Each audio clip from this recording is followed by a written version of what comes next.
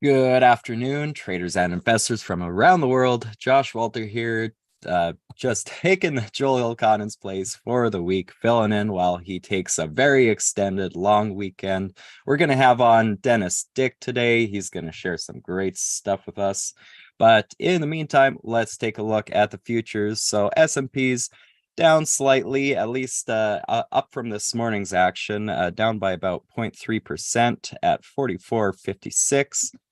The dollar made a new high for 2023 and is currently up about 0.2%, right around 105.02. Bonds, not too much action today, up slightly about 0.1% at 119.09. Crude oil coming off the highs a bit, down just over 0.5%, right at $87 there. Gold also flat on the day. Gold's having almost the same day that we did have in the S&Ps on Monday, just chopping around, but that's pretty flat on the session, right at 1944. Silver continuing to slide down about 1% at 23.28. And Bitcoin up 0.7% at 25,866, well off the lows of the day. And that's your futures update. And let me bring on Dennis Dick. Dennis, how are you doing today? What's going on? Oh, just having fun going through stocks here. The How chop fest continues. yeah, pretty much. I Yeah. mean, Apple's continued to slide, of course. I mean, I know you talked about this on the show early this morning, but yesterday we had on Todd Gordon, and he was still bullish Apple. We talked a little bit about their VR headset potentially coming into play, but yeah, do you think there's just no way to go along this while it's still around 30 I times think as a earnings? trade, I think this morning, like I was talking, it's a little bit oversold all of a sudden. So as a trade, there's always that potential for a bounce. We sold off 13, 14 straight points. So it was due for a little bit of a bounce today. We bounced since the open and still down substantially. As an investment, it's a no touch for me. Same thing that I was saying for the same reasons is that this thing is trading 30 times earnings. When I was invested in it for the better part of a decade, when I first invested, it was trading 12 times earnings, and then it was 13 times earnings, slowly getting up. I sold it last year when it got to 26, 27 times earnings. I'm like, it's too much. So now, we are 30 times earnings. So the party could continue, but I just don't think this is a growth engine. So I just I don't understand the justification for paying, 50% more than a market multiple on it. I think it should be Right. 23, 24 times a tops. So it's just expensive. So for me, I invest on valuation, but I trade on momentum. And I'm also a turn trader. And I talk, when you get a 2-day extended move like that, we were due for a bounce. We talked about Nvidia this morning, potentially bouncing at the 450. Didn't quite get there, got to 451 before the bounce happened. So now we're 10 points off those lows.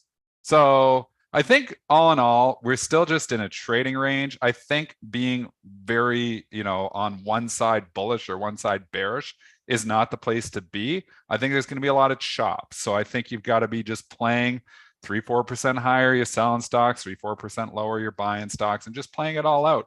Because, for the next month, really, we're September here now. We're done with earnings season. We're going to get some Fed speak, but we kind of already know what the Fed is thinking. They're, Yeah. one and done. They're towards the top end of their hiking cycle here. So unless there's like a cataclysmic event, where something happens geopolitically that we don't see coming, I think we could just be stuck in a range for a bit. So I think you're trading that range, and that's by fading everything. Buying dips, selling rips, shorting rips, buying dips. Yeah, I mean, quite a few of well, at least the smaller earnings plays, when they've dipped over 10, 20%, they bounce back quite a bit. So, yeah, I think you're right on with that point. And I mean, even though we've seen the slide in Apple, Berkshire Hathaway still like continues to hold No, it's up. I mean, it's unbelievable. yeah, yeah. Why So why do you think that is? because it's seen as a value stock. It's not connected with its overall holdings. Again, there's a huge chunk of this business that is private. To JC Peretz's point, there's a huge amount of private businesses here. So, I mean, we can't value those. We can guesstimate the value of those, but we can't value. We can value their stock portfolio. And the stock portfolio is probably at least half of what Berkshire Hathaway is worth as a whole. They have a lot of private businesses. Some people argue their insurance businesses are worth 200 billion by themselves, and they have other private businesses. But overall, I think you can safely say their stock portfolio is at least half. Well, Apple is half of their stock portfolio. So that means on the whole, Apple is at least 25% of their core holdings. Right. Apple tanks for 2 days straight. Berkshire completely ignores it. The market tanks overall. So you would think like some of their core private businesses are probably worth less than they were a week ago. Not that they're traded, but that, if we're valuing public insurers less, private insurers are probably worth less. So, I mean, there's just, a lot of things to think about, but it gets a pass because it's Warren Buffett. It gets a pass because it's the ultimate value stock. And it gets a pass because the guy is a genius. So, I mean, who's invested better than Warren Buffett over the course of the last 60 years? Nobody. So, I mean, that's why it gets a pass. I used to see a rough correlation with it with Apple, but we're just not seeing it lately. It just doesn't sell off with the overall market. So I'm surprised it didn't get hit a little bit with the Apple, considering it probably is at least 25%. I think it's more like 30 or 35%. Again, we can't value those private companies, so it's hard to put a hold, but we know it's 50% of their stock holdings. So if they only own stocks, that's half of it. So, Right. But again, it gets the pass because it's the ultimate value. Right. Well, I mean, you just need what, 4 more decades till you have 60 years of experience. Yeah, I know. I got a lot of catching up to do because I have not done nearly as well as Warren Buffett did in those first 23 years. I did pretty good, but I got a lot of catching up to do to catch up to Mr. Warren. So he's a genius. Yes. Yeah. Well, do and you value think... to Spinner's point in the chat, Jay Rice there, value stocks are on a comeback. We are in a value oriented market here right now. I mean, IBM is near a 52-week high. If it's not at a 52-week high, Cisco is near a 52-week high. Intel is near a 52-week high. Dell is near a 52-week high. Oracle is near a 52-week high. So it's not, outrageous that Berkshire Hathaway, which is the ultimate value stock, is at or near 52-week high. So if you just look at it and just ignore the Apple, I get it. There's a lot of value in those other holdings, but I've always said, there's a lot of Apple in there too. So it's surprising it doesn't get hit at all when Apple sells off 7% in 2 days. Yeah. Well, is there a pair trade opportunity in there, you think? No, well, there used to be. So I used to actually trade this relationship and it was more correlated, but right now it's completely being ignored. So is there an opportunity to short Burke and buy Apple? And there's too many other holdings. It's too hard to do. And Burke is just a tough stock. Again, it's tough to, because we don't know what all those private companies are worth. Like I said, people estimate 200 billion on just the insurance companies, Geico and all those. But then there's other estimates that it's less than that. I mean, you can look at cash flows, but they're not publicly traded companies anymore. So we don't have what they're worth at this moment like a publicly traded company. Right. Okay. Well, so I know you like to play a lot of sympathy plays. Have you been playing any sympathy to the Apple, I guess, bounced for today? Well, if you want to look at the suppliers, and again, our chat is awesome here today. Eric talking about this in the chat. SWKS having a horrible day. QRVO having a horrible day. Again, we know the Apple sell-off was due to China's, potential ban on iPhones.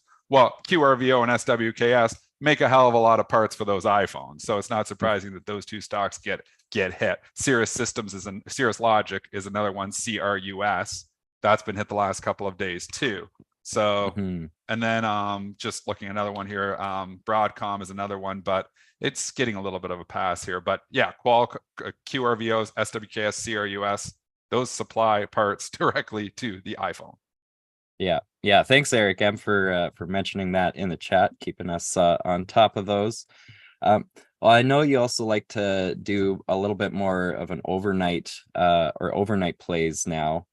What have you played overnight, and what's your approach there? Like and it's mixed, and a lot of times I don't even know going in. Like if I talk about my overnight trading, I'm trading headlines. Headlines break, I'll trade them. If there's something, like an opinion, if there's something that, is going to drive price, I will trade that. A lot of times I like to see follow through. Sometimes if a stock is actually sold off too much, sometimes you get a little bit of bounce in the after hours. So sometimes this play is there, but there's probably 100 different strategies that I employ all at different times, depending on the type of market we're in. My favorite thing is the 2-day move, where you get an outsized move and then you have a move going, and then you have like a move counter trend, it usually follows through in the after hours and the next day. So that would have been like this morning. That would have been like last night, looking for Apple to have a follow through move, and it absolutely did. So that would have worked.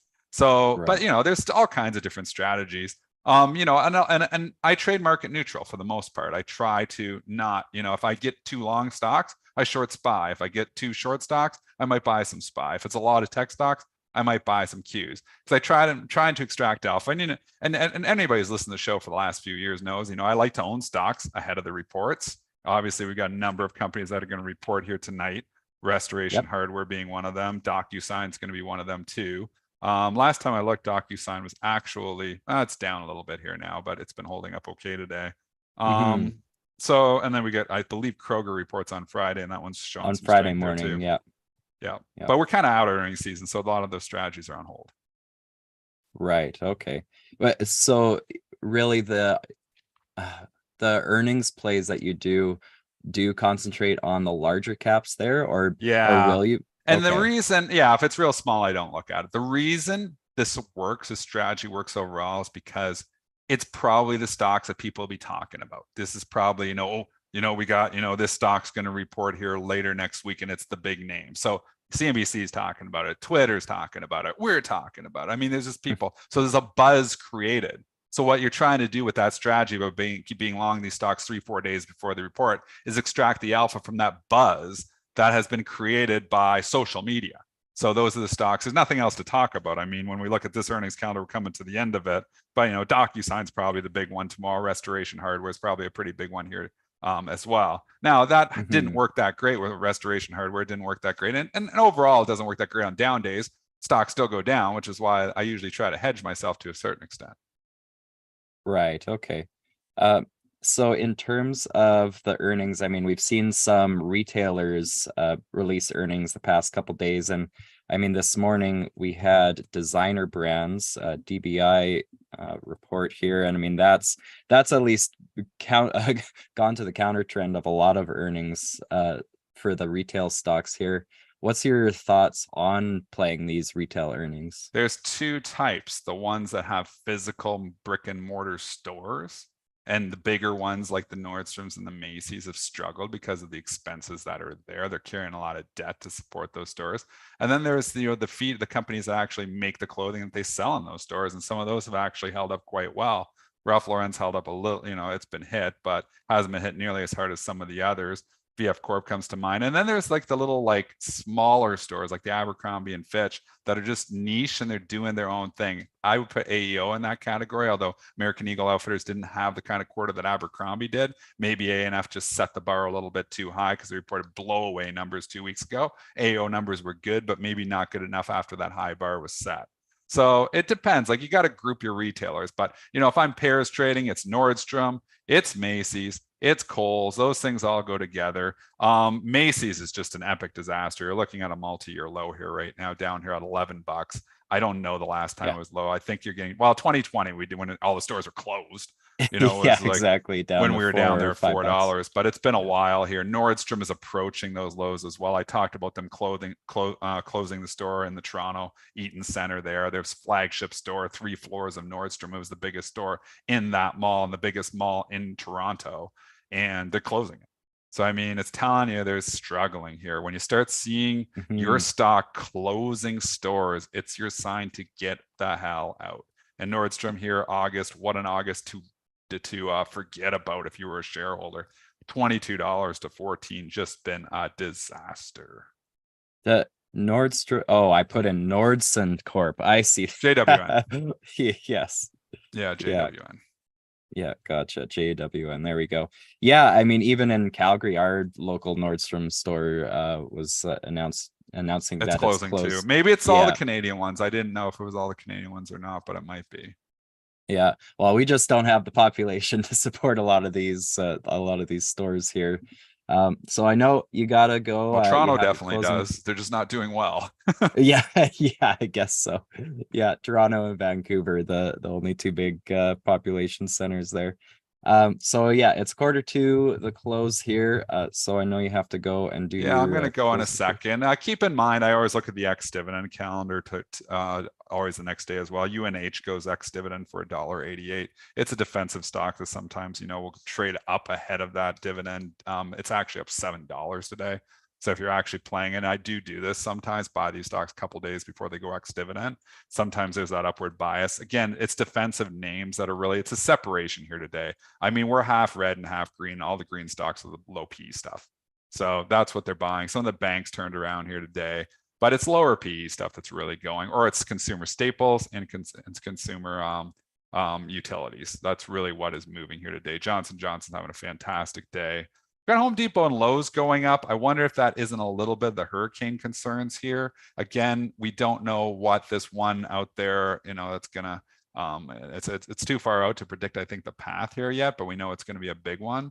So I forget what the name of that hurricane was. I was reading about it last night. Chat probably knows. There's two of them actually. There's one in the Pacific and there's one over obviously in the Atlantic here right now. I think the one in the Pacific isn't too much of a threat over near California. It's the other one that's coming, but I think they can't really project it out yet because it's still about 4 or 5 days out. But I just wonder, you've seen GNRC went way down earlier and then it bounced nicely. I still own GNRC in the long-term portfolio. I wonder if a Home Depot, Lowe's, GNRC doesn't start to get some love here, maybe Friday, if we start to see that this hurricane could potentially do some damage.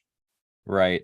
And in terms of levels, I mean, even just looking at GNRC here, are you paying attention to those psychological levels, like such as, say $100 in GNRC No, here? it's too Or far away. So I don't like if there's a level that stands out, like the NVIDIA 450 I talked about this morning, I go with it. But my technical analysis is very simple. If you're in the middle of nowhere, I don't even really look at the chart.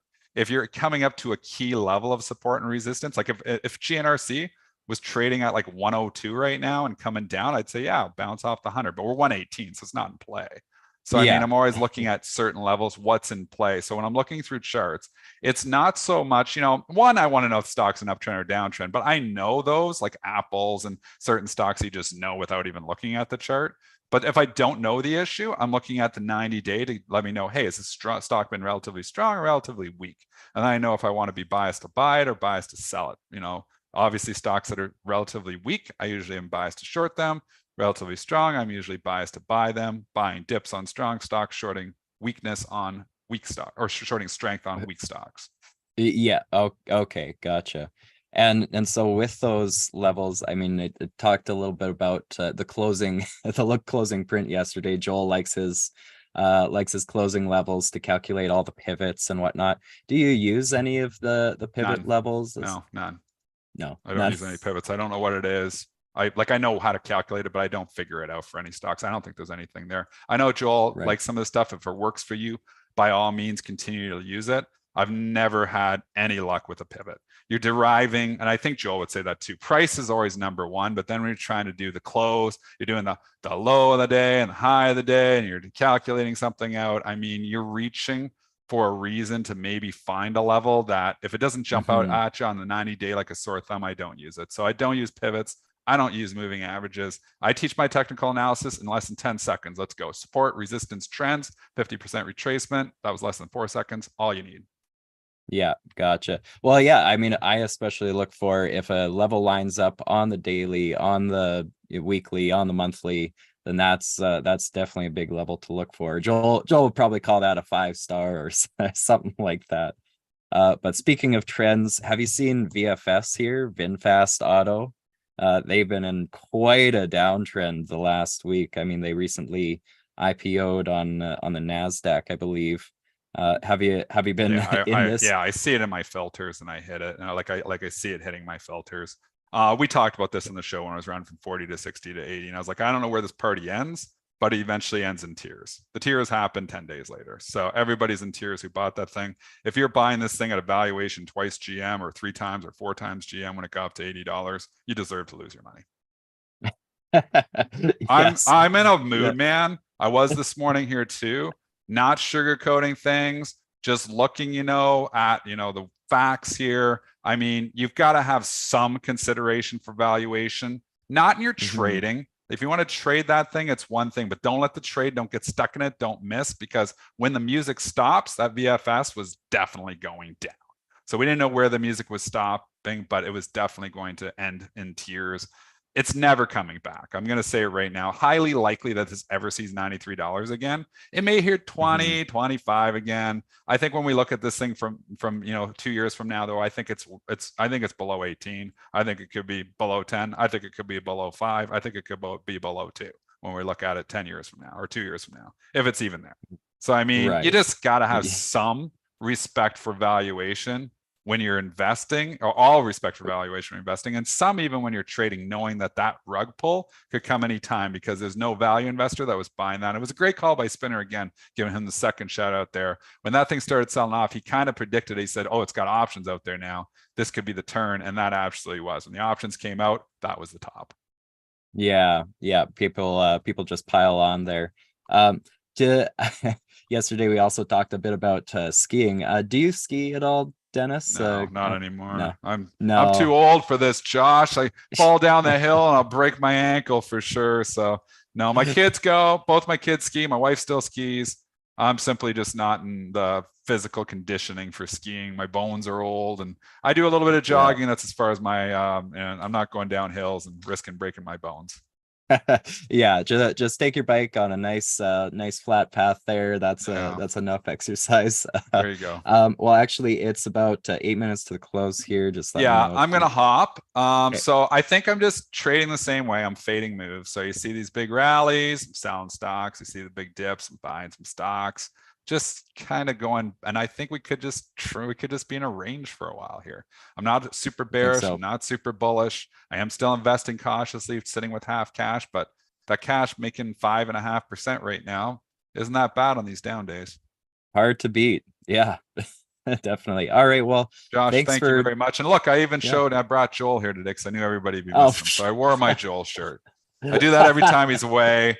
I do at least once. Perfect. I wear my Joel shirt because I know we're all missing him. So I'm part Joel.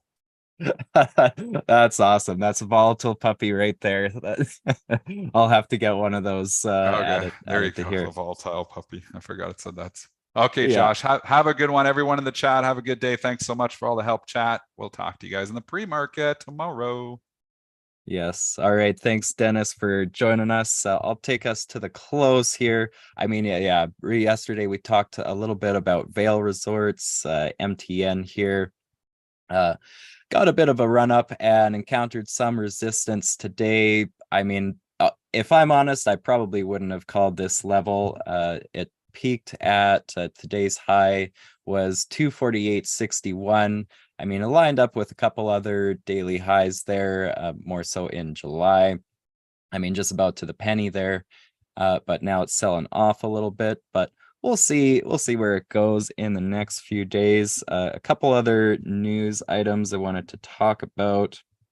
Let's see. Yes, AI, of course, released their earnings yesterday, got beat up. The AI play. I mean, as Dennis pointed out, I mean, this dipped quite a bit, and the dip got bought pretty much right off the 200-day simple moving average there, and is recovering a little bit. But yeah, C3.ai, the ticker is just AI. Yeah, they need to figure something out if they're going to continue this AI play. As the rest of the market kind of gets a little bit tired of the AI plays, everybody mentioning AI on their earnings calls. Yesterday, we also had American Eagle Outfitters, one of the retailers, report their earnings, and they're selling off today off of the last couple of highs. Encountered a bit of resistance at the double top established last week and earlier this week. Then another retailer wanted to touch on, Express Inc. also had earnings yesterday. I believe after the hours. They're getting beat up. They're down just about 4.5% on the day. I mean, it's very light volume. I mean, not much of a highly traded stock here, but just thought I'd point it out as the retailers show a bit of weakness there.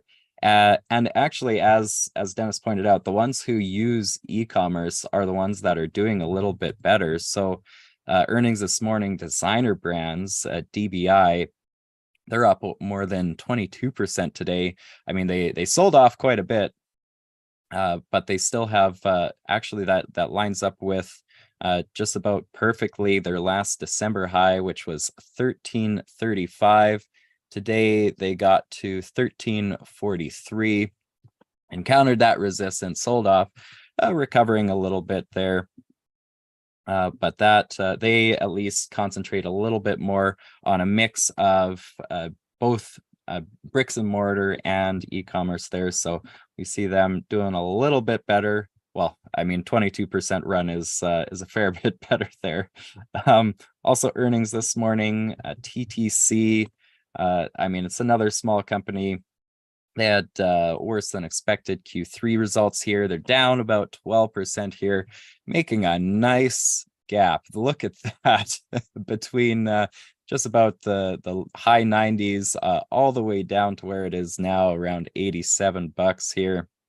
I mean, it's still doing well in terms of the last couple of years' performance, but that at least has a big gap to fill there once it does get moving a little bit more in the positive direction. And of course, we already mentioned DocuSign reporting earnings after the close, down 1.3% so far. A little bit of a dip getting bought today before their earnings.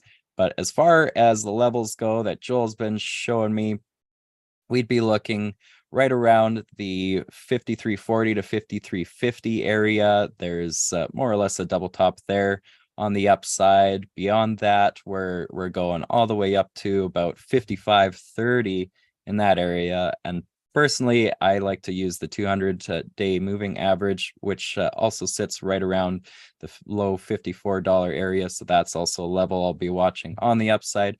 On the downside, we have a double bottom here, right around $50.60. And again, on the lower side, right around $49. So there's your levels on the lower side there. Also earnings after the close, we have another retailer, this one RH, and the symbol is just RH.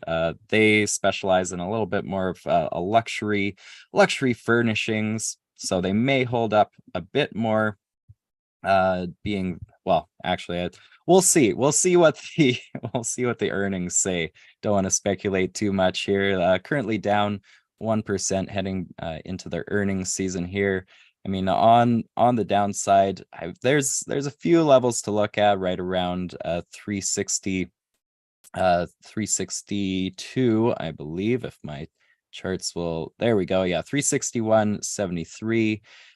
On the upside, I mean, there's first the level that it's been responding to earlier in the month, or earlier in August, right around 384.50. But then you have your high of last week, or I should say on Tuesday of this week, 388.50, and that's on the upside.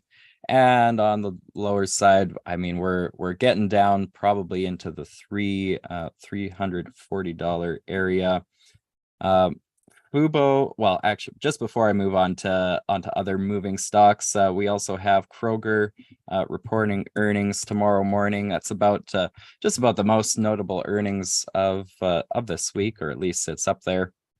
Currently up about 0.8% before the earnings here. We've got a nice level right around the 45.85 area. We've got a couple, a double top as well as a bottom there. Almost the little gap that was formed between Friday and Monday.